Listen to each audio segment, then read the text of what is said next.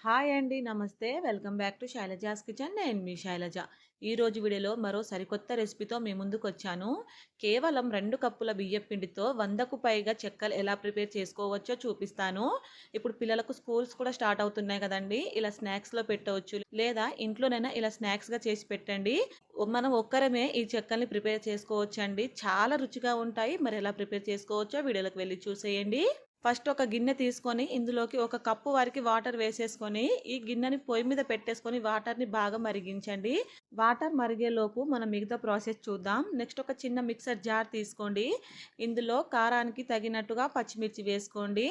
ఇలా పచ్చిమిర్చిని కూడా రెండుగా కట్ చేసి వేసుకోండి. మనకు చక్కగా నలుగుతుంది. ఇందులోనే ఒక ఇంచు అల్లాన్ని చిన్న ముక్కలుగా కట్ చేసేసుకొని ఈ అల్లాన్ని పచ్చిమిర్చిని మెత్తగా పేస్ట్ పట్టుకోవాలండి. కావాలంటే మీరు కొంచెం వాటర్ వేసి పేస్ట్ పట్టుకోవచ్చు. నెక్స్ట్ వెడల్పాటి మిక్సింగ్ బౌల్ తీసుకొని ఇందులోకి 2 కప్పుల వరకు బియ్యం పిండిని జల్లించుకోవాలి. బియ్యం పిండి కంపల్సరీగా జల్లించాలండి. అప్పుడే మనకు చెక్కలు సాఫ్ట్‌గా వస్తాయి. ఫస్ట్ ఒక కప్పు జల్లించాక మరో కప్పు జల్లించండి. ఇది నేను ఇంట్లో పట్టించిన బియ్యం పిండేనండి. మీరు కావాలంటే బయట మార్కెట్‌లో దొరికే బియ్యం పిండిని యూజ్ చేసుకోవచ్చు. నెక్స్ట్ ఇందులోకి రుచికి సరిపడా ఉప్పు వేయండి. మనకు 2 టేబుల్ స్పూన్ల ఉప్పు పడుతుందండి 2 కప్పుల బియ్యం పిండికి. ఫస్ట్ కొంచెం వేసుకోండి. తర్వాత కొంచెం వేసుకోవచ్చు టేస్ట్ చూసి. ఇందులోనే ఒక టేబుల్ స్పూన్ వరకు జీలకర్ర వేసుకోండి. నేను ముందుగానే ఒక 3 టేబుల్ స్పూన్ల వరకు పెసరపప్పుని నానబెట్టుకున్నాను. ఒక గంట సేపటి వరకు నానబెట్టుకుంటే మనకు పప్పు చక్కగా నానుతుంది. ఇలా బాగా నానిన పప్పుని వాటర్ అస్సలు రాకుండా ఈ పప్పు మొత్తాన్ని బియ్యం పిండిలో వేసేసేయండి. నెక్స్ట్ ఇందులోనే ఒక టేబుల్ స్పూన్ వరకు కలోంజీ సీడ్స్ వేస్తున్నాను. దీన్నే ఆనియన్ సీడ్స్ అని కూడా అంటారు. ఈ ఆనియన్ సీడ్స్ మనకు ఏ సూపర్ మార్కెట్‌లో అయినా ఈజీగా అవైలబుల్‌గా ఉంటుంది. ఇన్ కేస్ మీ దగ్గర ఆనియన్ సీడ్స్ లేకపోతే ఈ ప్లేస్‌లో మీరు నల్ల నువ్వులను వేసుకోవచ్చు. నెక్స్ట్ ఇందులోనే తెల్ల నువ్వులను 2 టేబుల్ స్పూన్లు వేసుకోండి. ఇలా నల్ల నువ్వులు, తెల్ల నువ్వులు 2 కలిపి చేయడం వలన ఈ చెక్కలు మరింత రుచిగా ఉంటాయండి. ఇందులోనే ఒక టేబుల్ స్పూన్ వరకు బటర్ వేసుకోండి. బటర్ రూమ్ టెంపరేచర్‌లో ఉండాలి. మనం గ్రైండ్ చేసి పెట్టుకున్న ఈ అల్లం పచ్చిమిర్చి పేస్ట్‌ని కూడా వేసేసేయండి. ఇక్కడ పేస్ట్ చూసారు కదా! ఇలా మెత్తగా గ్రైండ్ పట్టుకోవాలి. అప్పుడే మనకు రుచిగా ఉంటుంది. ఇప్పుడు మనం వేసిన ఈ అల్లం పేస్ట్‌ని బటరు, ఉప్పు, కారాలు చక్కగా పట్టించాలి. ఇలా పిండి మొత్తం చక్కగా కలిపిన తర్వాత ఈ స్టేజ్‌లో మీరు ఉప్పుని చెక్ చేసుకోండి. నేను తీసుకున్న ఉప్పు నాకు కరెక్ట్‌గా సరిపోయిందని నేను మళ్ళీ ఉప్పేం వేయలేదు. ఇప్పుడు మనం ముందుగానే మరగబెట్టుకున్న వాటర్‌ని ఇందులో కొంచెం కొంచెంగా వేసుకుంటూ ఫస్ట్ స్పూన్‌తో మిక్స్ చేసుకోండి. మనకు చేయి కాలుతుందండి. వాటర్ వేడి వేడిగా ఉంటాయి కాబట్టి. ఈలోపు మీకొక చిన్న రిక్వెస్ట్ అండి. మన ఛానల్‌ని కొత్తగా చూస్తున్న వాళ్ళు ప్లీజ్ అండి సబ్స్క్రైబ్ చేసుకోండి. మన ఛానల్‌లో కొత్త కొత్త రెసిపీస్ చాలా ఉన్నాయండి. చూడడానికి ట్రై చేయండి ఇంట్రెస్ట్ ఉంటే. అలానే మీకు నెక్స్ట్ ఏ రెసిపీ కావాలో కింద కామెంట్స్‌లో చెప్పండి. నేను తప్పకుండా చేస్తానండి. మనం తీసుకున్న 2 కప్పుల బియ్యపు పిండికి ఈ 1 కప్పు వాటర్ కరెక్ట్‌గా సరిపోతుంది.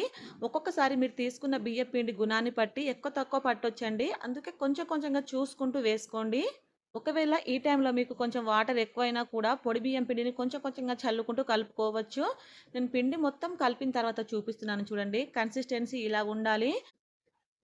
ఇప్పుడు చేతిని శుభ్రంగా వాష్ చేసుకొని చెక్కలు ఎలా ప్రిపేర్ చేసుకోవచ్చో నేను 2 విధాలుగా చూపిస్తాను. ఈ పిండిలో నుంచి ఇలా కొంచెం కొంచెం పిండి తీసుకోండి. చేతిలో రౌండ్ బాల్‌లా చేసేసుకొని ఇలా చేతితోనే ప్రెస్ చేసుకుంటే మనకు చెక్క షేప్‌లో వస్తుంది.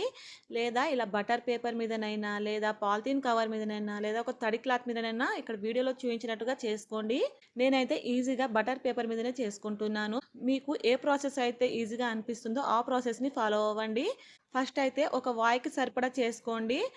కొన్ని కొన్నిగా చేసుకుంటూ ఫ్రై చేసుకోండి. ఒకేసారి ఎక్కువగా చేసినా కూడా ఇవి ఒకదానికొకటి అతుక్కపోతాయి లేదా ఆరిపోతాయండి. కాబట్టి కొన్ని కొన్నిగా చేసుకుంటూ మిగతా పిండిని కవర్ చేసుకొని వీటిలని ఫ్రై చేసుకోవాలి. ఇదే విధంగా కొన్ని ఫస్ట్ ప్రిపేర్ చేసుకున్న తర్వాత వీటిని ఫ్రై చేసుకోవాలి. స్టవ్ ఆన్ చేసి ప్యాన్ పెట్టుకోండి. ఈ ప్యాన్‌లో డీప్ ఫ్రైకి సరిపడా ఆయిల్ వేసుకొని ఆయిల్ బాగా హీట్ అయిన తర్వాత మంట లో ఫ్లేమ్‌లో పెట్టండి. ఇప్పుడు మనం ప్రిపేర్ చేసి పెట్టుకున్న ఈ చెక్కల్ని వన్ బై వన్ వేసుకుంటూ ఫ్రై చేసుకోవాలి. మరి ఎక్కువగా వేయొద్దు. అలా అని తక్కువ కూడా వేసుకోకండి. మీకు ఆయిల్‌కి ఎన్ని అయితే సరిపోతాయో అన్ని వేసుకోండి. ఇవి ఫ్రై చేసేటప్పుడు మంట మీడియం ఫ్లేమ్‌లో పెట్టేసుకొని మంచిగా ఫ్రై చేసుకోండి. ఫస్ట్ మనము వేసినప్పుడు ఒకదానికి ఒకటి అంటుకున్నట్టు కనిపిస్తాయి. కొంచెం ఫ్రై అయిన తర్వాత వాటికదే విడిపోతాయండి.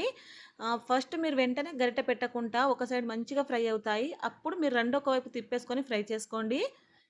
తొందరగానే ఫ్రై అవుతాయండి. అంటే మీరు కొంచెం పల్చగా చేస్తే త్వరగా ఫ్రై అవుతాయి. కొంచెం మందంగా చేస్తే ఫ్రై అవ్వడానికి టైం పడుతుంది. మీరు చేసుకున్న దాన్ని బట్టి ఉంటుందండి. ఇలా ఫ్రై అయిన తర్వాత ఆయిల్‌లో నుంచి సెపరేట్ చేయండి. మనం బయటకి తీసినాక మరికొంచెం కలరొస్తాయి. అన్నీ కూడా ఇదే విధంగా ఫ్రై చేసుకోండి. ఇవి ఆయిల్‌లో నుంచి తీయగానే కొంచెం మెత్తగా అనిపించినా పూర్తిగా చల్లారిన తర్వాత చాలా క్రిస్పీగా ఉంటాయి.